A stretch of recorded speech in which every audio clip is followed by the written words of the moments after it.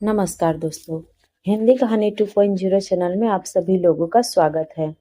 तो दोस्तों, आज हम कहानियों की अगली कड़ी में मुंशी प्रेमचंद जी द्वारा लिखित कहानी माता का हृदय को सुनते हैं। लेकिन उससे पहले आप सभी लोगों से एक विनम्र अनुरोध है कि अगर चैनल पर नए हैं तो चैनल को सब्सक्राइब जरूर कीजिएगा। कहानी अच्छी लगे तो लाइक शेयर कमेंट जरूर कीजिएगा। तो चलिए शुरू करते हैं कहानी माता का हृदय। माधवी की आंखों में सारा संसार अंधेरा हो रहा था। कोई अपना मददगार न दिखाई देता था। कहीं आशा की झलक न थी। उस निर्धन घर में वह अकेली पड़ी रोती थी और कोई आंसू पोंछने वाला न था। उसके पति को मरे हुए 22 वर्ष हो गए थे। घर में कोई संपत्ति न थी। उसने न जाने किन किन तकलीफों से अपने बच्चे को पाल पोस कर बड़ा किया था। वही जवान बेटा आज उसकी गोद से छीन लिया गया था। और छीनने वाले कौन थे? अगर मृत्यु ने छीना होता तो वह सब्र कर लेती। मौत से किसी को द्वेष नहीं होता, मगर स्वार्थियों के हाथों यह अत्याचार असह्य हो रहा था। इस घोर संताप की दशा में उसका जी रह रहकर इतना विकल हो जाता कि इसी समय चलूं और उस अत्याचारी से इसका बदला लूं जिसने उस पर यह निष्ठुर आघात किया है। मारूं या मर जाऊं, दोनों में ही संतोष हो जाएगा। कितना सुंदर, कितना होनहार बालक था। यही उसके पति की निशानी, उसके जीवन का आधार, उसकी उम्र भर की कमाई थी। वही लड़का इस वक्त जेल में पड़ा न जाने क्या क्या तकलीफें झेल रहा होगा। और उसका अपराध क्या था? कुछ नहीं। सारा मोहल्ला उस पर जान देता था। विद्यालय के अध्यापक उस पर जान देते थे। अपने बेगाने सभी तो उसे प्यार करते थे। कभी उसकी कोई शिकायत सुनने को ही नहीं आई। ऐसे बालक की माता होने पर अन्य माताएं उसे बधाई देती थीं।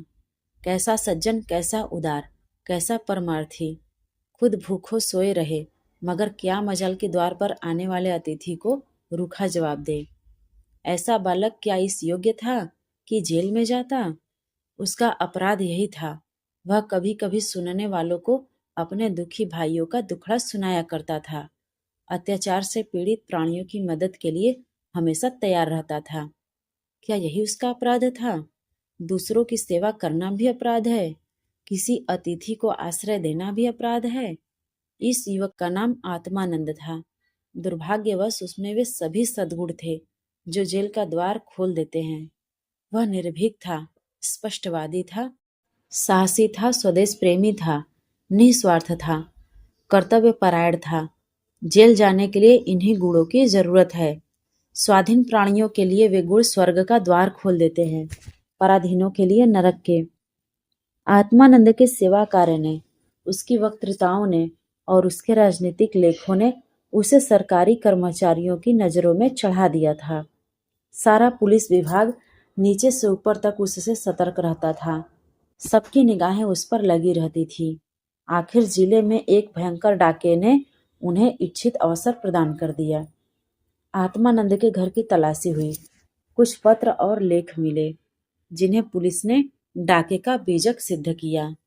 लगभग 20 युवकों की एक टोली फांस ली गई। आत्मानंद इसका मुखिया ठहराया गया। शहादतें हुई। इस बेकारी और गिरानी के जमाने में आत्मा से ज्यादा सस्ती और कौन सी वस्तु हो सकती है? बेचने को और किसी के पास रह ही क्या गया है? नाम मात्र का प्रलोभन देकर अच्छी से अच्छी शहादतें मिल सकती हैं, और पुलिस के हाथ पड़कर तो निकृष्ट से निकृष्ट गवाहियां भी देववाड़ी का महत्व प्राप्त कर लेती हैं। शहादतें मिल गई। महीने भर तक मुकदमा चला। मुकदमा क्या चला, एक स्वांग चलता रहा और सारे अभियुक्तों को सजाएं दे दी गई। आत्मानंद को सबसे कठोर दंड मिला, 8 वर्ष का कठिन कारावास। माधवी रोज कचहरी जाती, एक कोने में बैठी सारी कार्रवाई देखा करती। मानवीय चरित्र कितना दुर्बल, कितना निर्दय और कितना नीच है, उसका उसे तब तक अनुमान भी न हुआ था। जब आत्मानंद को सजा सुना दी गई और वह माता को प्रणाम करके सिपाहियों के साथ चला, तो माधवी मूर्छित होकर जमीन पर गिर पड़ी। 2-4 दयालु सज्जनों ने उसे एक तांगे पर बैठाकर घर तक पहुंचाया। जब से वह होश में आई है, उसके हृदय में सूल सा उठ रहा है। किसी तरह धैर्य नहीं होता। उस घोर आत्मवेदना की दशा में अब अपने जीवन का केवल एक ही लक्ष्य दिखाई देता है और वह इस अत्याचार का बदला है। अब तक पुत्र उसके जीवन का आधार था, अब शत्रुओं से बदला लेना ही उसके जीवन का आधार होगा। जीवन में अब उसके लिए कोई आशा न थी। इस अत्याचार का बदला वह लेकर अपना जन्म सफल करेगी। इस अभागे नर पिशाच बागची ने जिस तरह उसे रक्त के आंसू रुलाए हैं, उसी भांति यह भी उसे रुलाएगी। नारी हृदय कोमल है, लेकिन केवल अनुकूल दशा में। जिस दशा में पुरुष दूसरों को दबाता है, स्त्री शील और विनय की देवी हो जाती है। लेकिन जिसके हाथों अपना सर्वनाश हो गया हो, उसके प्रति स्त्री को पुरुष से कम घृणा और क्रोध नहीं होता। अंतर इतना ही है कि पुरुष शस्त्रों से काम लेता है और स्त्री कौशल से। रात भीगती जाती थी और माधवी उठने का नाम न लेती थी। उसका दुख प्रतिकार के आवेश में विलीन होता जाता था, यहाँ तक कि इसके सिवा उसे और किसी बात की याद ही नहीं रही। उसने सोचा, यह काम कैसे होगा। कभी घर से नहीं निकली। वैधव्य के 22 साल इसी घर में कट गए, लेकिन अब निकलूंगी। जबरदस्ती निकलूंगी, भिखारिन बनूंगी, टहलनी बनूंगी, झूठ बोलूंगी, सब कुकर्म करूंगी। सत्कर्म के लिए संसार में स्थान ही नहीं है। ईश्वर ने निराश होकर कदाचित इसकी ओर से मुंह फेर लिया है। तभी तो यहाँ ऐसे ऐसे अत्याचार होते हैं और पापियों को दंड नहीं मिलता। अब इन्हीं हाथों से उसे दंड दूंगी। संध्या का समय था। लखनऊ के एक सजे हुए बंगले में मित्रों की महफिल जमी हुई थी। गाना बजाना हो रहा था। एक तरफ आतिशबाजियां रखी हुई थी, दूसरे कमरे में मेजों पर खाना चुना जा रहा था। चारों तरफ पुलिस के कर्मचारी नजर आते थे। वह पुलिस के सुपरिंटेंडेंट मिस्टर बागची का बंगला है। कई दिन हुए उन्होंने एक मार्के का मुकदमा जीता था। अफसरों ने खुश होकर उनकी तरक्की कर दी थी और उसी की खुशी में यह उत्सव मनाया जा रहा था। यहाँ आए दिन ऐसे उत्सव होते रहते थे। मुफ्त के गवैये मिल जाते थे, मुफ्त की आतिशबाजी, फल और मेवे और मिठाइयाँ आधे दामों पर बाजार से आ जाती थी और चट दावत हो जाती थी। दूसरों के जहाँ 100 लगते, वहाँ इनका 10 से काम चल जाता था।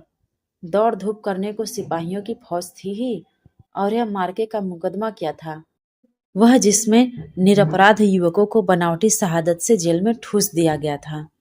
गाना समाप्त होने पर लोग भोजन करने बैठे। बेगार के मजदूर और पल्लेदार जो बाजार से दावत और सजावट के सामान लाए थे, रोते या दिल में गालियां देते चले गए थे। पर एक बुढ़िया अभी तक द्वार पर बैठी हुई थी। अन्य मजदूरों की तरह वह भुनभुना कर काम न करती थी। हुक्म पाते ही खुशदिल मजदूर की तरह दौड़ दौड़कर हुक्म बजा लाती थी। यह माधवी थी, जो इस समय मजदूरनी का भेष धारण करके अपना घातक संकल्प पूरा करने आई थी। मेहमान चले गए, महफिल उठ गई। दावत का सामान समेट दिया गया। चारों ओर सन्नाटा छा गया, लेकिन माधवी अभी तक यहीं बैठी थी। सहसा मिस्टर बागची ने पूछा, बुढ़ी, तू यहाँ क्यों बैठी है? तुझे कुछ खाने को मिल गया? माधवी बोली, हाँ हुजूर, मिल गया। बागची बोला, तो जाती क्यों नहीं? माधवी बोली, कहाँ जाऊं सरकार, मेरा कोई घर द्वार थोड़ी ही है। हुक्म हो तो यही पड़ी रहूं। पाव भर आटे की परवस्ती हो जाए हुजूर। बागची बोला, नौकरी करेगी? माधवी बोली, क्यों न करूंगी सरकार, यही तो चाहती हूँ। बागची बोला, लड़का खिला सकती है? माधवी बोली, हाँ हुजूर, वह मेरे मन का काम है। बागची बोला, अच्छी बात है, तू आज से ही रह जा। घर में देख जो काम बताए वह कर। 1 महीना गुजर गया। माधवी इतना तन मन से काम करती है कि सारा घर उससे खुश है। बहू जी का मिजाज बहुत ही चिड़चिड़ा है। वह दिन भर खाट पर पड़ी रहती हैं और बात बात पर नौकरों पर झल्लाया करती हैं। लेकिन माधवी उनकी घुड़कियों को भी सहर्ष सह लेती है।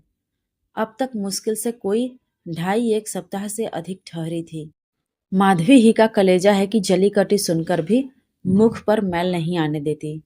मिस्टर बागची के कई लड़के हो चुके थे, पर यही सबसे छोटा बच्चा बच गया था।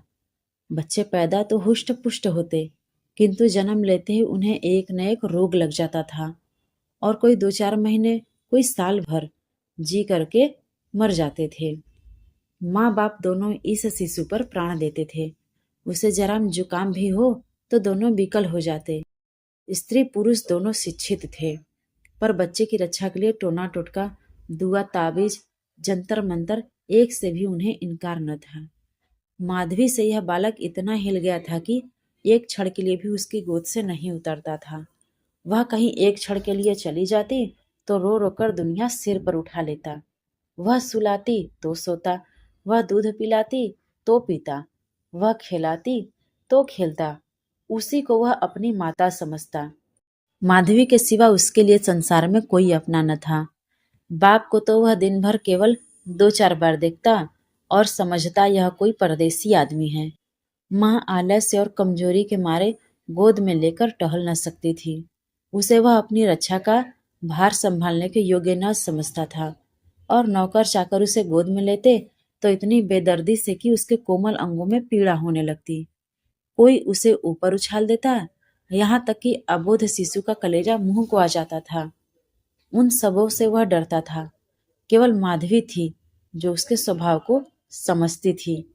वह जानती थी कि कब क्या करने से बालक प्रसन्न होगा, इसलिए बालक को भी उससे प्रेम था। माधवी ने समझा था यहाँ कंचन बरसता होगा, लेकिन उसे देखकर कितना विस्मय हुआ कि बड़ी मुश्किल से महीने का खर्च पूरा पड़ता है।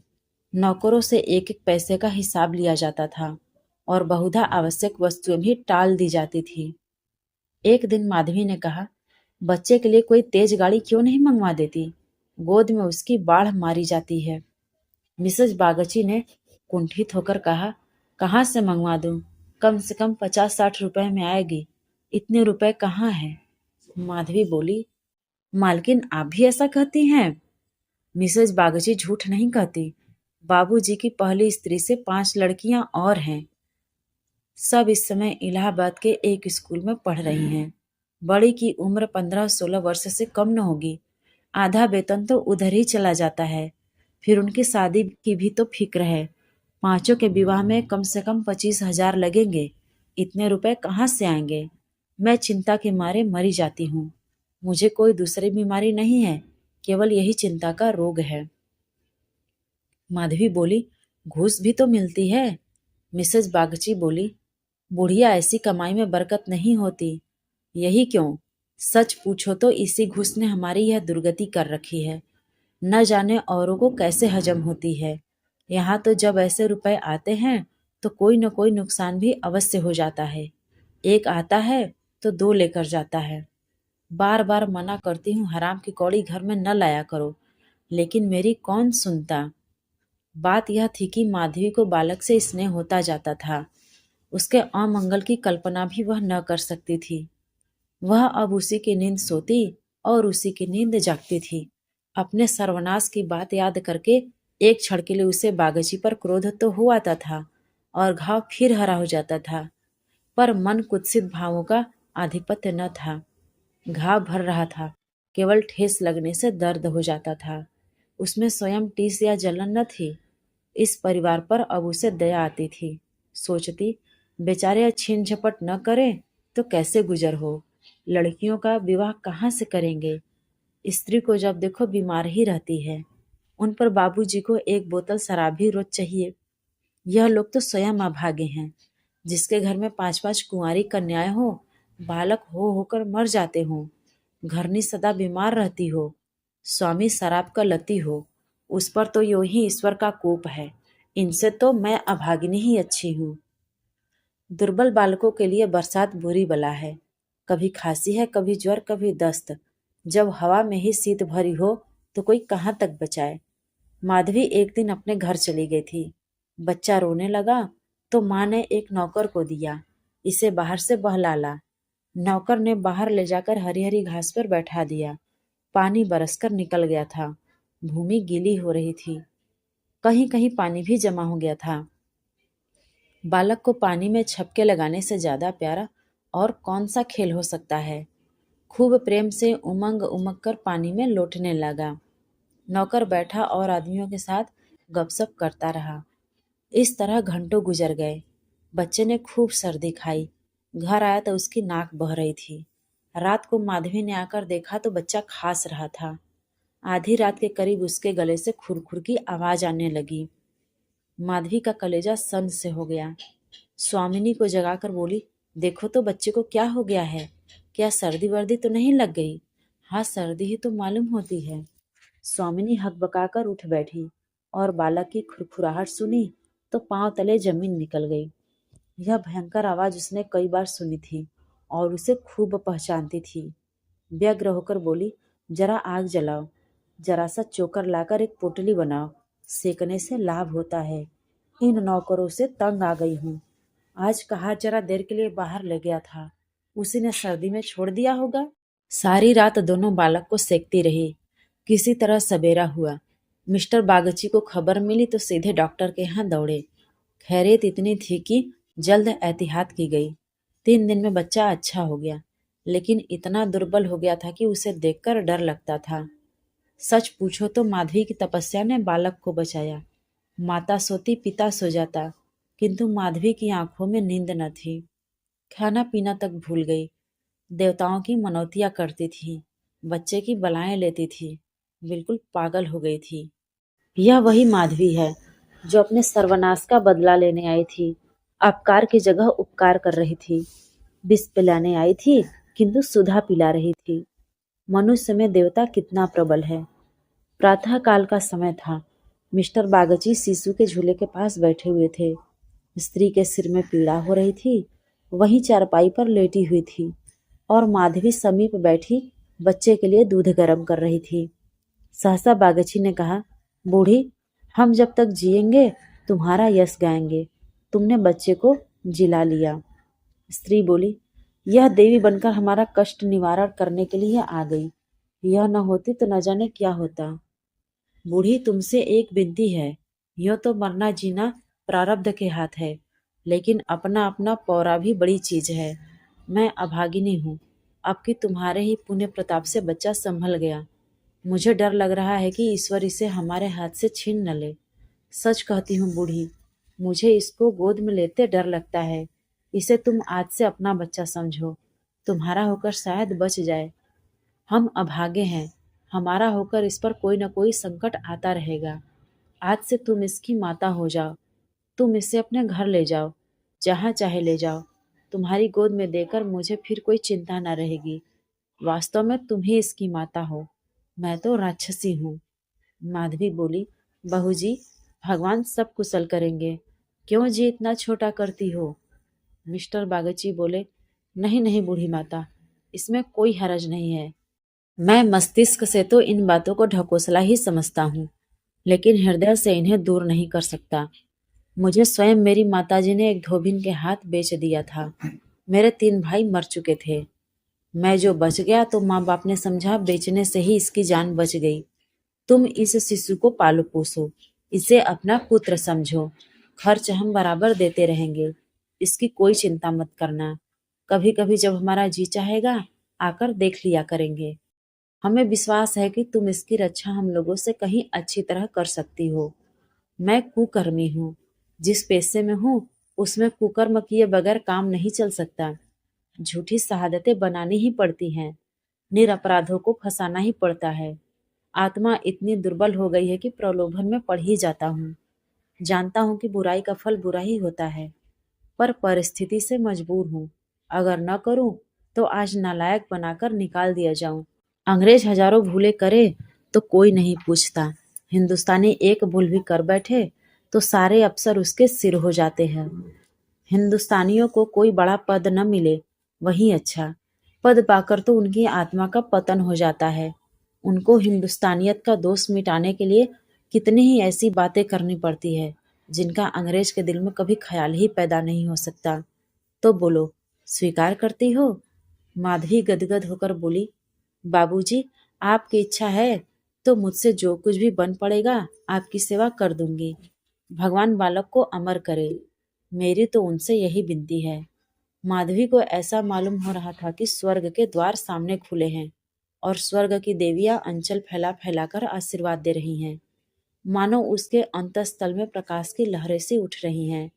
इस स्नेहमय सेवा में कितनी शांति थी। बालक अभी तक चादर ओढ़े सो रहा था। माधवी ने दूध गर्म हो जाने पर उसे झूले पर से उठाया तो चिल्ला पड़ी। बालक की देह ठंडी हो गई थी और मुंह पर पीलापन आ गया था, जिसे देखकर कलेजा हिल जाता है। कंठ से आह निकल जाती है और आंखों से आंसू बहने लगते हैं। जिसने उसे एक बार देखा है, फिर कभी नहीं भूल सकता। माधवी ने शिशु को गोद से चिपटा लिया। हालांकि नीचे उतार देना चाहिए था। कोहराम मच गया। माँ बच्चे को गले से लगाए रोती थी, पर उसे जमीन पर न सुलाती थी। क्या बातें हो रही थी और क्या हो गया? मौत को धोखा देने में आनंद आता है। वह उस वक्त कभी नहीं आती जब लोग उसकी राह देखते हैं। रोगी जब संभल जाता है, जब वह पथ्य लेने लगता है, उठने बैठने लगता है, घर भर खुशियां मनाने लगता है, सबको विश्वास हो जाता है कि संकट टल गया, उस वक्त घात में बैठी हुई मौत सिर पर आ जाती है। यही उसकी निठुर लीला है। आशाओं के बाग लगाने में हम कितने कुशल हैं। यहाँ हम रक्त के बीज बोकर सुधा के फल खाते हैं। अग्नि से पौधों को सींचकर शीतल छांव में बैठते हैं। हाँ, मंद बुद्धि। दिन भर मातम होता रहा। बाप रोता था, माँ तड़पती थी और माधवी बारी बारी से दोनों को समझाती थी। यदि अपने प्राण देकर वह बालक को जिला सकती, तो इस समय अपना धन्य भाग समझती। वह अहित का संकल्प करके यहाँ आई थी, और आज जब उसकी मनोकामना पूरी हो गई और उसे खुशी से फूला न समाना चाहिए था, उसे उससे कहीं घोर पीड़ा हो रही थी, जो अपने पुत्र की जेल यात्रा से हुई थी। रुलाने आई थी और खुद रोती जा रही थी। माता के हृदय दया का आगार है। उसे जलाओ तो उसमें दया की ही सुगंध निकलती है। पीसो तो दया का ही रस निकलता है। वह देवी है।